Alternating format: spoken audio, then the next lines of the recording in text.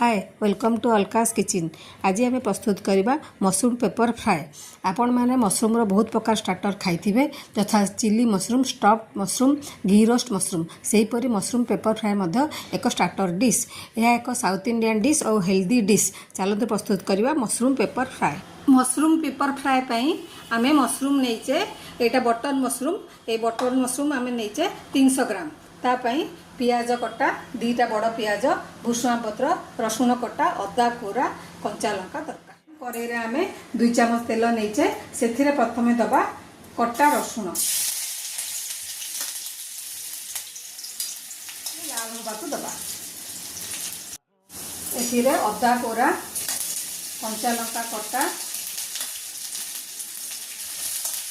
आउ पियाज कटा पियाज को टिके लाल होला पर्यंत भाजिबा।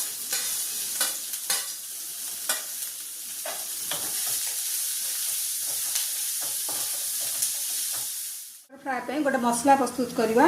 से आम नहींचे 1 चामच गोलमरीच, 1 चामच जीरा और आधा चामच पानमधुरी, ताकू भाजिकी गुंड करवा। यहाँ ये भाजी है पियाज था ये जो मशरूम रखी काटिकी सेटा सब दे। यहाँ देलापर हाई रे रखिक भाजिए कारण मशरूम टी पानी बाहर। यहाँ आम बटर मशरूम कर पाव छतर चाहिए यहाँ कर आम अल्प भुसुआ लुण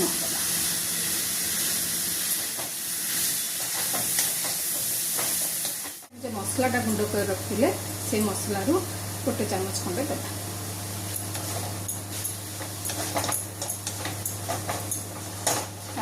आपको सीम रे 1 मिनिट बर्तमान जाल बंद करके आम ए लेंबू रस दबा। बर्तमान प्रस्तुत हो गला आमर मशरूम पेपर फ्राए। यहाँ भात रुटी सब परोटा सब सहित खाइबा को भल लगे।